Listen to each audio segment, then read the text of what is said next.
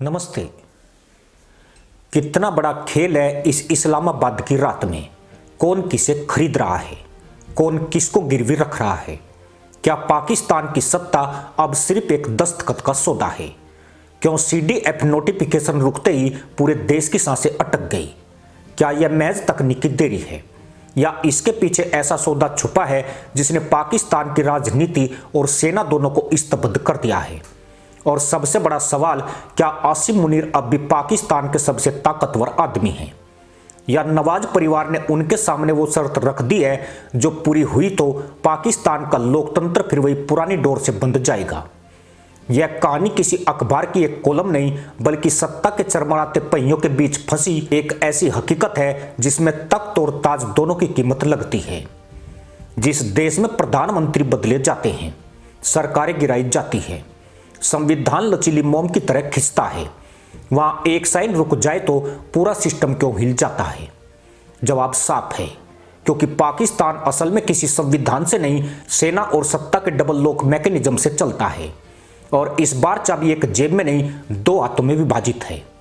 आसिम मुनीर के पास ताकत है, नवाज के पास रिटर्न का लालच। 29 नवंबर को आसिम मुनीर का कार्यकाल बढ़ना था। पाकिस्तान के इतिहास में तारीख मैच कैलेंडर का पन्ना नहीं बल्कि शक्ति संतुलन का बैरोमीटर बन गई।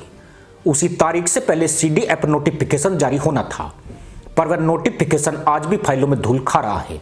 क्या वाकई यह शहबाज शरीफ की विदेश यात्रा और तबियत की वजह से अटका है या वजह कुछ और है? वो वजह जो सत्ता के गलियारों में दबे पैरों घूम रही है, जिसकी भनक सिर्फ उन कमरों तक जाती है जहां पर्दे गिरते हैं पर फैसले उठते हैं। PMLN के अंदरूनी सूत्र बताते हैं कि यह देरी किसी साइन की नहीं, सौदे की है। नवाज शरीफ, जिनकी राजनीतिक उम्र 40 साल से अधिक है, 3 बार प्रधानमंत्री रह चुके हैं, 3 बार निकाले गए, 2 बार देश निकाला झेला, वही नवाज फिर से पाकिस्तान की कुर्सी चाहते हैं और यह इच्छा अब मांग बनकर सेना के सामने रखी गई है। सूत्रों का दावा है कि मरियम नवाज और नवाज शरीफ ने आसिम मुनीर को 5 साल का कार्यकाल और CDF का ड्यूल कमांड देने के बदले साफ शब्दों में कहा है, हमने रास्ता खोल दिया, अब तुम्हें हमें प्रधानमंत्री की कुर्सी तक पहुंचाना है। यही वह सौदा है जिसने पाकिस्तान की नसों में तनाव भर दिया है। अगस्त के मरी प्लान में जो बैठक हुई थी, नवाज, शहबाज, मरियम, आसिम मुनीर, असीम मलिक, मोहसिन नकवी, 7 चेहरे कमरे में सिर्फ एक मीटिंग नहीं बल्कि भविष्य के 10 साल की सत्ता की स्क्रिप्ट लिखी जा रही थी। सहमति हुई कि सेना स्थिर रहेगी, सरकार सहयोग करेगी और बदले में सत्ता का पहिया दोनों पक्षों के साझा वजन पर चलेगा। पर आज वही पहिया फंस गया है। क्यों? क्योंकि PMLN कहती है उन्होंने पहले वादा पूरा किया, अब डील का दूसरा हिस्सा फौज को निभाना है।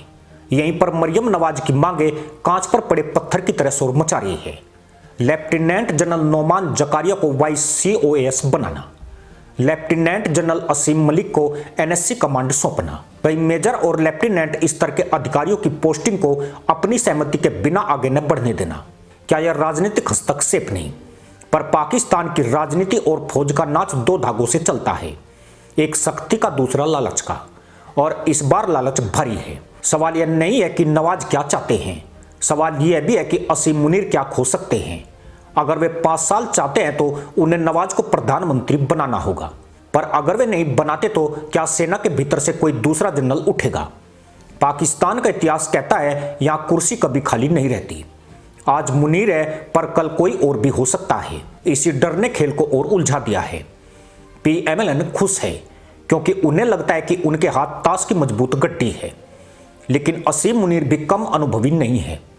30 वर्षों की सर्विस, ISI और MI दोनों एजेंसियों का अनुभव, आतंकवाद से लेकर सियासत की खाइयों तक हर मोर्चे पर उन्होंने काम किया है। अगर शक्ति संतुलन टूटेगा तो झटका सिर्फ सरकार को नहीं, सेना को भी लगेगा। कोल्ड स्टार ऑपरेशन की योजनाएं, भारत के साथ बॉर्डर टेंशन, IMF से उखड़ती अर्थव्यवस्था, FATF की निगरानी सूची। पाकिस्तान की हालत वैसी है जैसे सूखे पेड़ पर 2 लोग कुल्हाड़ी चला रहे हों, एक तने पर दूसरा जड़ों पर। और इसी बीच शहबाज शरीफ की दूरी सबसे ज्यादा सवाल खड़े करती है। लंदन यात्रा, तबियत बिगड़ना, वापसी में देरी, क्या यह महज एक संयोग है या शहबाज नहीं चाहते कि आसिम मुनीर को 5 साल और मिले?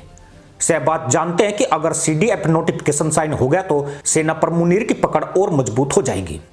तब सत्ता का असली रिमोट नवाज और फौज में बंट जाएगा। शहबाज की अपनी भी महत्वाकांक्षा है।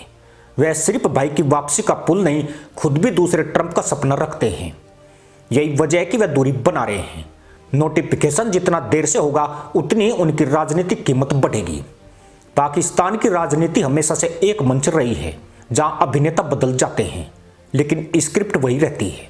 सत्ता हथियाने की, किसी को बचाने की, किसी को गिराने की। आज रोशनी नवाज और मुनीर पर है, पर दर्शक भूलेंगे नहीं कि 2018 में यही खेल इमरान के साथ हुआ था। तब मुनीर जैसे जल्लन ने ही सत्ता की तकदीर लिखी थी। आज वही सत्ता उनसे सौदा मांग रही है। पाकिस्तान की विडंबना यही है कि यहाँ कोई भी खिलाड़ी स्थायी नहीं। आज का किंग मेकर कल का मोहरा बन सकता है। अर्थव्यवस्था का ग्राफ देखे तो गिरावट 43% विदेशी मुद्रा भंडार घटने के बाद भी जस का तस है। महंगाई 30% से ऊपर। बिजली दरें 16 महीने में 112% बढ़ चुकी है। IMF से मिली $3 बिलियन की मदद सिर्फ जिंदा रखने भर के लिए है, चलाने के लिए बिल्कुल नहीं। ऐसे मुल्क में सत्ता का सौदा करना, प्रमोशन को राजनीतिक टिकट बांटना, क्या यह किसी राष्ट्र की स्थिरता का संकेत है? नहीं, यह वही टूटता पाकिस्तान है जिसकी दीवारें अब दरारों से नहीं छेदों से भरी है। असीम मुनीर अगर अपनी शर्तें नहीं मानते तो क्या होगा? पहला विकल्प, PMLN दूसरा नाम ढूंढेगी। दूसरा विकल्प, सेना अंदर ही अंदर नया चेहरा तैयार करेगी। तीसरा और सबसे खतरनाक विकल्प, राजनीति फिर किसी नए टकराव की ओर बढ़ेगी जिसमें या तो सरकार टूटेगी या प्रतिष्ठा। और पाकिस्तान में जब टकराव होता है तो लोकतंत्र नहीं, लोकतंत्र की लाश उठती है। 1958, 1977, 1999 3 बार मार्शल लॉ और हर बार सेना विजेता। यह इतिहास सिर्फ किताब नहीं, चेतावनी है। और अगर असीम मुनीर डील मान लेते हैं तो नवाज की वापसी तय है। तब मरियम की सत्ता यात्रा सिर्फ वक्त की बात होगी। पाकिस्तान में वह दौर आएगा जब सेना और शरीफ परिवार एक ही जमीन पर खड़े होंगे, पर उस जमीन के नीचे भूचाल पहले से चल रहा है। अर्थव्यवस्था, अंतर्राष्ट्रीय दबाव, भारत के साथ तनाव, अफगान सीमा पर आतंकी नेटवर्क। इस सबके बीच सत्ता का यह खेल पाकिस्तान के भविष्य को अंधेरी सुरंग में ढकेल रहा है। शायद सबसे बड़ा सवाल यही है, क्या पाकिस्तान एक स्थिर राष्ट्र बन सकता है जब उसकी सरकारें समझौते पर चलती है और सेना शर्तों पर? क्या लोकतंत्र का कोई अर्थ बचता है जब जनरल तय करे कि प्रधानमंत्री कौन होगा? पाकिस्तान की विडंबना आज अपने चरम पर है। एक साइन रुका हुआ है और पूरा देश ठहरा हुआ है। नोटिफिकेशन सिर्फ एक कागज नहीं, पाकिस्तान की नसों में बहते सत्ता खून का प्रवाह है। वह रुका तो शरीर सुन, वह बहा तो किसी की बलि पक्की। शोर यह नहीं है कि नोटिफिकेशन कब आएगा, शोर यह है किस कीमत पर आएगा। कौन झुकेगा, कौन बिकेगा, कौन सत्ता की कसौटी पर चढ़ेगा। और पाकिस्तान फिर उसी मोड़ पर खड़ा है जहां उसके भविष्य की कीमत तय की जा रही है, सौदे से, शर्तों से, जनरल और शरीफ परिवार की बैठकों से। इसी के साथ अनुमति दोस्तों, जय हिंद, वंदे मातरम।